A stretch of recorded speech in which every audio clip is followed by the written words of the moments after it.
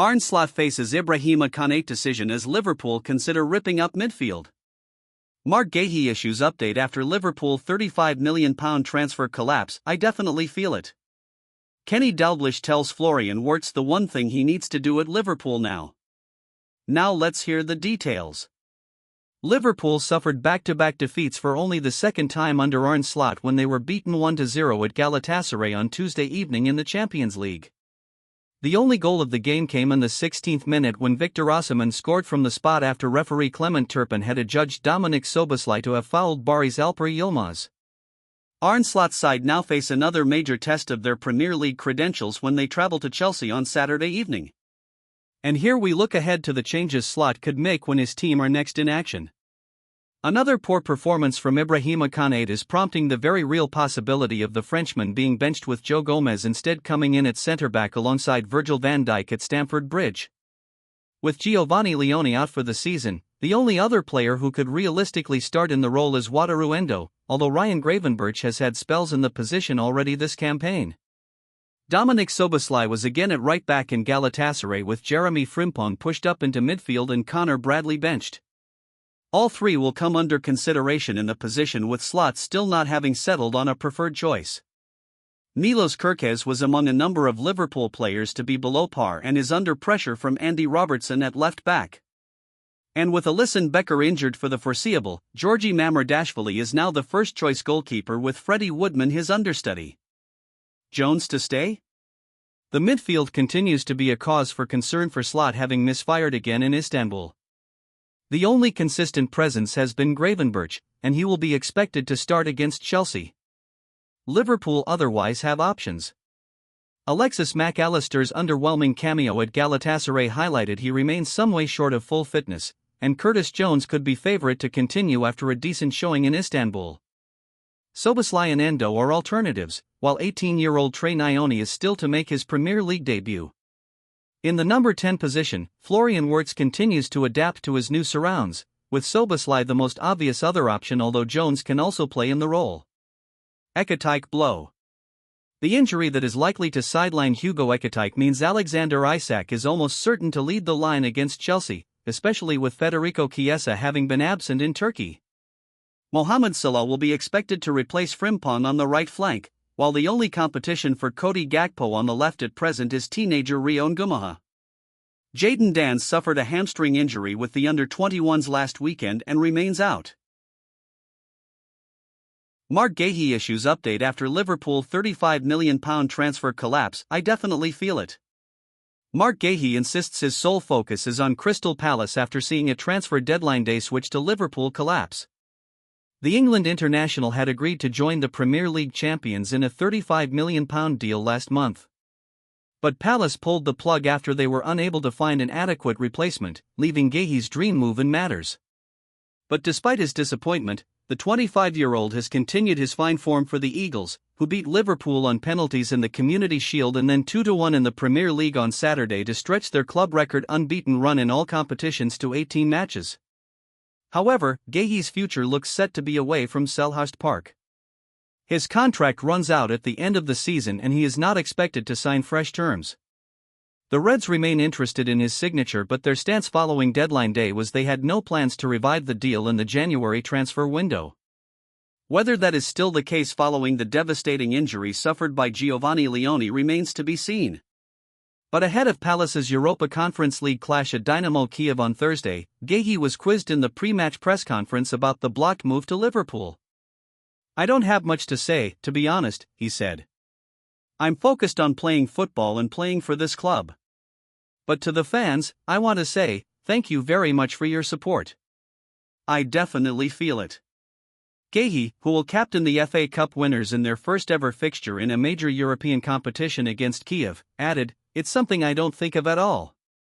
My only focus is on the club. I'm not too worried about any personal accolades. As long as the team is where it needs to be, I'm happy. When you've tasted success, you're definitely not satisfied and do want more. Everyone at the club strives for more. We've seen what we can do.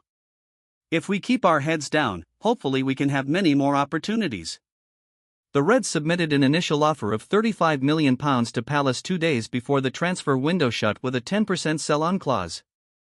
And, while the Eagles had been holding out for £40 million, an accord was eventually struck on deadline day to allow Guehi to undergo his medical before the 7 p.m. cutoff point. After completing the tests in London, the defender had appeared set to sign a 5-year contract at Anfield. But Palace's own attempts to secure a replacement were derailed when Brighton and Hove Albion's Julio Igor, who was on the cusp of a loan deal, was approached by West Ham United, which forced a change of heart. That had a knock-on effect for Guehi's move to Merseyside, with Eagles boss Oliver Glasner insisting that a replacement of sufficient quality must be found. Palace were able to confirm French youth international JD Canvat on a 4-year deal, but the 19-year-old is not viewed as someone who can directly succeed Guehi at this stage of his career. Kenny Dalglish tells Florian Wirtz the one thing he needs to do at Liverpool now. Kenny Dalglish says that Florian Wirtz needs to form a strong partnership with Alexander Isak and Hugo Ekitike to succeed at Anfield. The 22-year-old joined the Reds this summer in a then-club record transfer from Bayer Leverkusen for £116 million. However, after 6 appearances in the Premier League, he has yet to justify his hefty price tag, failing to score or assist in the top flight. Last season, the attacking midfielder excelled in Germany, netting 16 goals and providing 15 assists. But his struggle to connect with his new Liverpool teammates has led many football fans and pundits to question just when he will deliver a return on the hefty investment. While some believe Wirtz simply needs time to adjust, Dalglish has offered his insight into what the player needs to do to find his feet in Arne Slot's side. Speaking on the Stick to Football podcast, the legendary former forward and manager, who scored 170 goals for Liverpool in 511 appearances between 1977 and 1990, said, "The first thing he needs to do is what he's doing at the moment. He's great at taking the ball into the feet, he'll open himself up and the pass has beat you, but he's still got control of it. Or he'll take it the other way back past you to go that way and you're going this way. He can see what's in front of him, and once he gets it. I saw Isak the other day, the second half when he came on I think, and he's talking to one of the boys about his movement, what he would do.